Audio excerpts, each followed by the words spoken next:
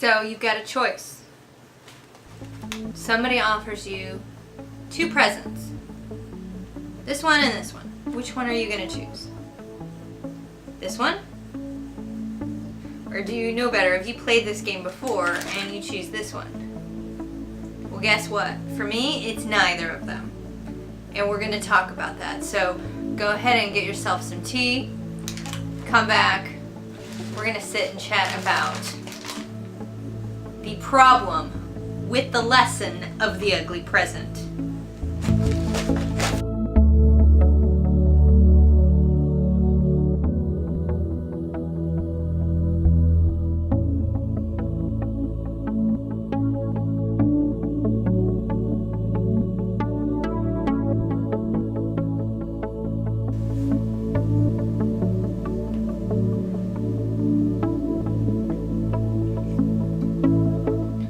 Hey wild things, welcome back.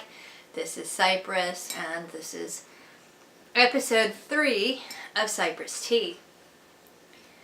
And today we're going to talk about an object lesson that I was subjected to in my childhood, throughout my entire childhood. I wonder how many of you are familiar with this lesson. It was ubiquitous in my childhood. So basically every year in Sunday school, there would come a day where this lesson would come back around in the rotation and the teacher would set out on the table 2 presents. One of them wrapped really crappily, often in nothing more than a beat up paper bag, and one that was wrapped pretty, had a bow on it, looked enticing, right? And the idea of this object lesson is to teach kids about not judging things based solely on appearance. Right? Makes sense. Infallibly, whoever got to pick would pick this present, right? No brainer. What, honey? No brainer. It looks like somebody gave a rip about it. It's wrapped nicely. It looks like a real present. This, on the other hand, almost looks like somebody's leftover lunch that they're ready to throw away. But of course, if you've been through this, if you went to Sunday school on a regular basis, you learned this was a bad choice. This was a very poor choice because inside of this would be something like coal, or an ugly rock, or something of no value. And inside of this would be a coupon for a free ice cream, or some nice candy, or something that a kid would like. And so there'd actually be something of value in here, and this would just be an embarrassing nothing. On the surface, this is a really well-intentioned lesson, in that you shouldn't be judging things strictly by appearances. That makes total sense. In my particular faith growing up, it wasn't just appearances, it was about the dangers of sin. And sin is supposed to look pretty and look enticing, but what you get out of it is nothing or worse. Whereas choosing to do the right thing may look boring, it may look unattractive, but the rewards are great. On the surface, this seems like a legit object lesson. It's effective. Whoever picks this is embarrassed, and you don't forget it soon. In fact, we couldn't have forgotten it even if we wanted to, because like I said, it came around every single year. Same group of kids. There were about, 7 of us in the same Sunday school class. Throughout my childhood, we're kind of like extended siblings because we knew each other. We saw each other every week, a couple times a week. I mean, the teacher wouldn't even be able to set this stuff out, and we'd already be hacking the lesson. If we had a new kid in town, the new kid would always be like amazed that whoever got to pick first would take this one, and then would feel really silly when they got to open this one. The truth of it is, this lesson got hammered in so consistently that it took root so deeply that it rooted in to my subconscious brain and sort of just took root there, and it affected me in the way that I made choices. And theoretically that would be a good thing, wouldn't it? But this is really problematic, and we're going to talk about why. So, fast forward, not a kid anymore. In fact, after getting myself extricated from a very toxic marriage, I had gotten married very, very young, and I was very stubbornly holding on to the idea that it was a good choice. And it took me many, many years to even wake up to the fact that something was really wrong. So by the time I sort of snapped out of it and realized that I was in a toxic relationship, enough damage had been done that I had so much internal mess to clean up, because it, living in toxicity for years has profound effects on all of everything. So doing all of that internal work, eventually I came to the point where I was trying to figure out how I had gotten into such a bad situation anyway, because I'd never actually been attracted to the man. And I was trying to figure out and sort through my memory and decide what was it that made me decide this guy was the one. Because if I looked into his eyes, I recoiled. Right? And I just told myself, oh no, you're not used to that much intensity of feeling. You've just never, I'd shake it off as my inability to tell what's going on in front of my face. So I was sorting through trying to figure out how I had convinced myself. And there were lots of reasons, of course. Nothing happens in a vacuum. But one of the things that I realized was, well, let me back up. So in trying to sort all of this stuff out, I spent years going on these power hikes, preferably the woods, preferably at night, and I would just walk until I was sore. I'd go on these several hours long hike. I wouldn't get back until it was really dark. I'd even walk in the cold. I'd come back with icicles on my eyelashes from my breath because it was so cold. But I had to work out all the frustration and the anger and think and understand and assess, dig through the wreckage, as it were. One of these forays into the woods, it'd been several years since the divorce was actually final. I was trying to sort out what had made me, go down this path in the first place. Because, as I said, I wasn't actually attracted to this person. Not physically, not emotionally, not spiritually. In none of the ways you can be attracted to a person was I actually attracted to this person.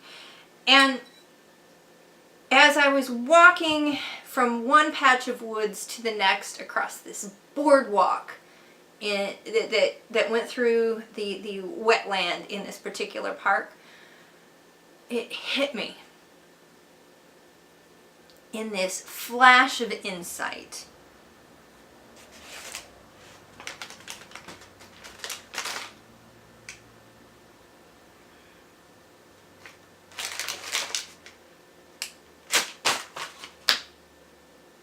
I chose the ugly present.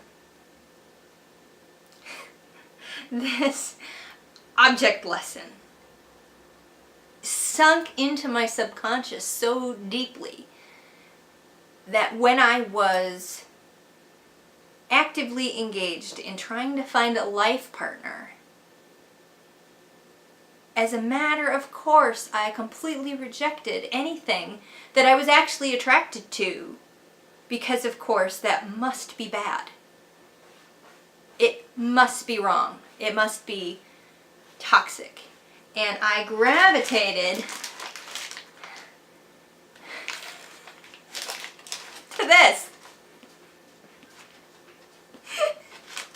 Because this must have something of value for me inside of it. Well, I gotta tell you folks, in my case, there was really nothing inside the bag other than just, anyway, it was paper bags all the way down.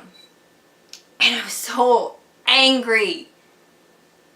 I don't know, I've only been that angry maybe a handful of times in my life. And I was so angry because I was programmed to make the wrong choice. I had, with it not being part of my conscious brain, with it being so deep in my subconscious, it wasn't a thought process. It was just a filter I was operating with. And it was a filter that was guaranteed to f me up. So it's funny now, but it kind of horrified me at the time, and I was so angry. So I had a lot to process about that. But for me, this object lesson just doesn't work because there are repercussions in this sort of way of looking at the world. So the number one problem with this metaphor of the ugly present versus the pretty present is that how often in life do things actually look exactly the opposite of what they are? How often does that really actually even happen? You know, how often do you go to the grocery store and buy a box of macaroni and you get it home and it's rice? Packages are usually pretty indicative of what is inside of them. There's a reason we judge things by the surface. Because it gives us a lot of information. No, it's not all of the information, and things could be different than they appear initially. Yes, but overall, being able to assess those outward appearances is actually extremely valuable. So as long as you can learn to tell if something's really in nice wrappings or if they're fake, you know, there are tells. If we're going to stick with the present metaphor, you know, is the tape all skewy and not sticking right? Was the paper made out of really cheap material? There are ways to tell if something is valuable or not, right? That are surface level. And the other thing, if you find something that's super, super valuable and it is wrapped like this, something is wrong anyway. Something's going on. It may be worth dealing with, but something is wrong. If you've got something that's truly valuable and it's wrapped like it's nothing. Something shady's going down. I propose, if we're going to stick with this object lesson, if we're going to stick with the presence metaphor, I want to throw a wrench into this whole thing. Okay, so we have the package that looks cheap. We have the package that looks enticing. But then we also have a package that looks enticing, and when you look closer, it's quality. This isn't paper. This is a really nice fabric. This isn't that really, really cheap ribbon. This is an actual high quality velvety ribbon. This feels nice. This is wrapped expensively. So if we're going with the metaphor that the enticing package contains some kind of results of sin, well, really, this is what righteousness should look like, right? It's the real deal. It's real quality. They both look good, but one's fake. One's paper and shiny paper. And the other one's actually like crafted materials. Why is it that Christianity is so full of this metaphor that what God likes is things that are just cheap and nasty? And this isn't just this object lesson. This is like throughout the ethos, the mythos of the religion. Why is it popular to talk about Christ as being this humble, poor, nothing particularly attractive about him, and then all of the people who seem amazing and awesome are actually horrible? So all of the rich people are wicked and all of the poor people are morally good. That's a really weird oversimplification of humanity. It's certainly not my experience. There's as many horrible people who are poor as there are horrible people who are rich. It's just if you have money, you have the power to force people to see who you are. You can get your hands into more things, you can cause more trouble. Money doesn't make you wicked, money just makes you have more influence, and when you have more influence, it's easier for people to be aware of your crappiness or your niceness. So anyway, I'll get off on a tangent rambling about that. It would have completely been a game changer for me if there had been some kind of complexity to this metaphor, this object lesson. It was extremely simplistic. It made a binary out of life, and life's never a binary. In fact, how often are we faced with one option when we have a choice, right? We can do this or this. Well, what if it's more like this? What if we have lots and lots of options and they all look good to us? This is a lot more like real life and the choices that we have to make. There are too many. There are too many choices. We could get stuck never making any choices if we're trying to figure out, without using the outward appearance, what something is. We have to winnow it down by using the information at our disposal to at least start to sift. There's a reason things look the way they do. Almost 100% of the time. There's too many options. We have to go by the labels. Here's my real beef with this whole metaphor. You get a gift. You choose it with the best skills at your disposal, with every good intention, and you open it and it turns out to be something horrible for you or that you can't stand. Who the heck ever said that you have to keep it? You can return the thing. Most people give gifts with receipts now. You get the gift receipt, you can take it right back to the store. If you don't have the receipt, you can re-gift it. You could take it to a charity, drop it off at Goodwill.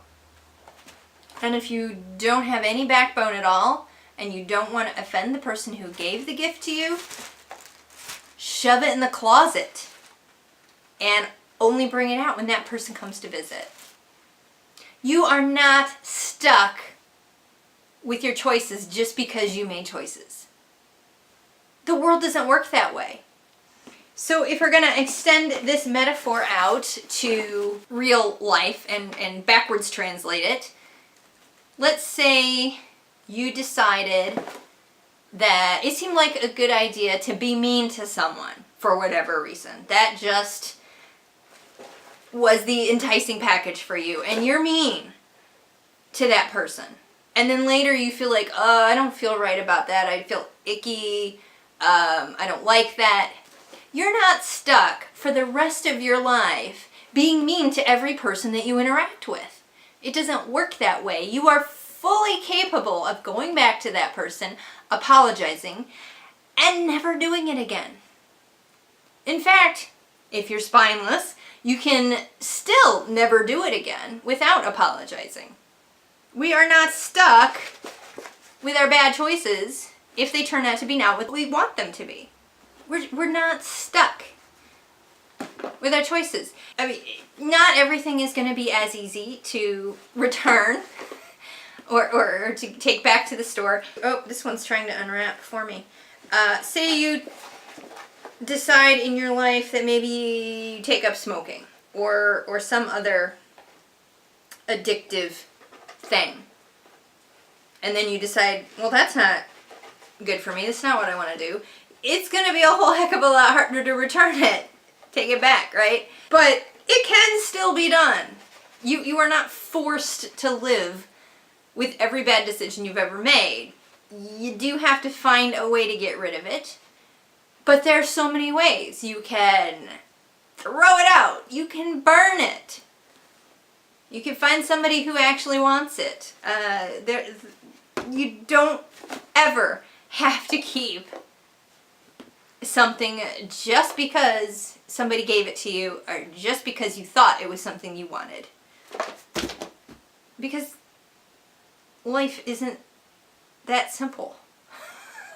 So my vote is that the object lesson in question either gets completely overhauled or just dumped, because if it had that profound of an effect on my little child's brain, because it was repeated and repeated and repeated, and because it was so powerful and so effective and such a simple thing, so it was a no-brainer, so it was really easy to affect programming. So if it affected me, surely this lesson is affecting other kids in ways that they're not going to be able to unpack for years and years and years. And trying to come up with ways of teaching, it's really easy to mess with people's brains. But at any rate, life is not as simple as good versus bad, and bad looks good and good looks bad.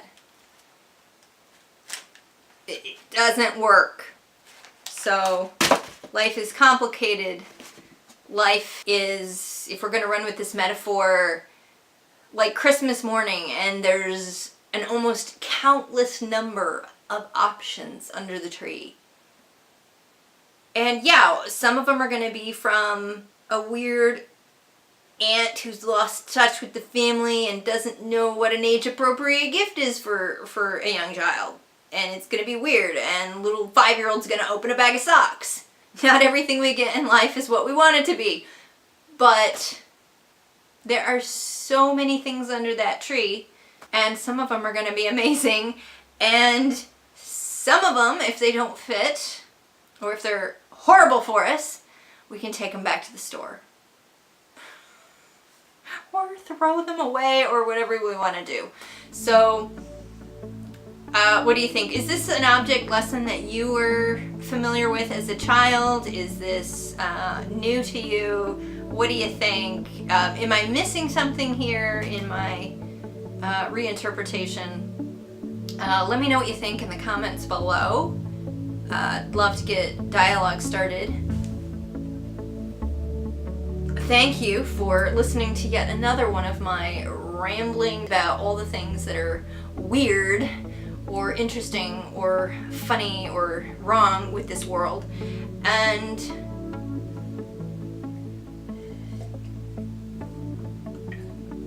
until next time, do me a favor and keep it wild.